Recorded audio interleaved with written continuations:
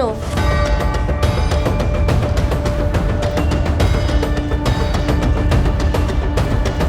மூதாட்டி மாரடைப்பாலதான் இறந்துட்டாங்கன்னு ஒரு குடும்பத்தையே நம்ப வைத்த நபர்கள்.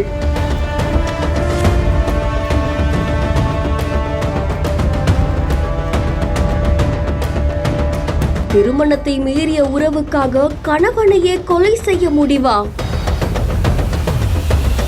கோவை மாவட்டம் அன்னூர் பக்கத்துல இருக்கக்கூடிய கஞ்சுப்பள்ளி அப்படின்ற பகுதியை சேர்ந்தவங்க தான் லோகேந்திரன், இவருடைய மனைவி ஜாய் மெட்டில்டா. அன்னூர்ல இருக்கக்கூடிய தனியார் நிதி நிறுவனம் ஒன்றுல பணியாற்றிட்டு வந்திருக்காங்களாம். அந்த நிறுவனம் கர்நாடக மாநிலத்திலயுமே கிளைகளை வச்சிருக்க நிலையில பெண்மணிக்கும் கர்நாடக அலுவலகத்துல மேலாளரா பணியாற்றிட்டு வந்த நாகேஷ் அப்படின்ற வாலிபருக்கும் அடிக்கடி அலுவலகம் ரீதியா தொலைபேசி உரையாடல் இருந்திருக்கா. இது நாளடைவுல திருமணத்தை மீறிய நட்பா மாறினதா கூறப்படுது. இதை தொடர்ந்து நாகேஷ் அடிக்கடி கர்நாடகால இருந்து அன்னூர் வந்து ஜாய் மெட்டில்டாவை சந்திச்சுட்டு போனதாகவும் கூறப்படுது. இந்த விஷயம் ஒரு கட்டத்துல அந்த பெண்மணியுடைய கணவருக்கு தெரிய 2 பேரையும் கடுமையா கண்டிச்சிருக்காங்க.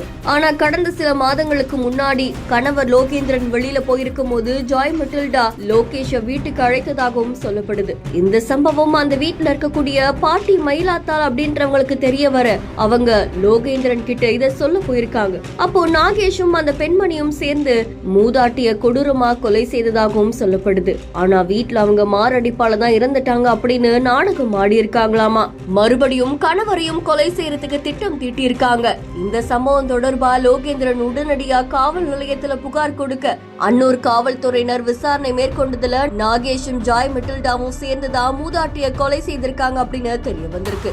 இதை தொடர்ந்து 2 பேர் மேலையும் வழக்கு பதிவு செய்து நீதிமன்றத்தில் ஆஜர்படுத்தி சிறையில் அடைச்சிருக்காங்க. இந்த சம்பவம் அந்த பகுதியில் பெரும் பரபரப்பையும் அதிர்ச்சியையும் ஏற்படுத்தியிருக்கு.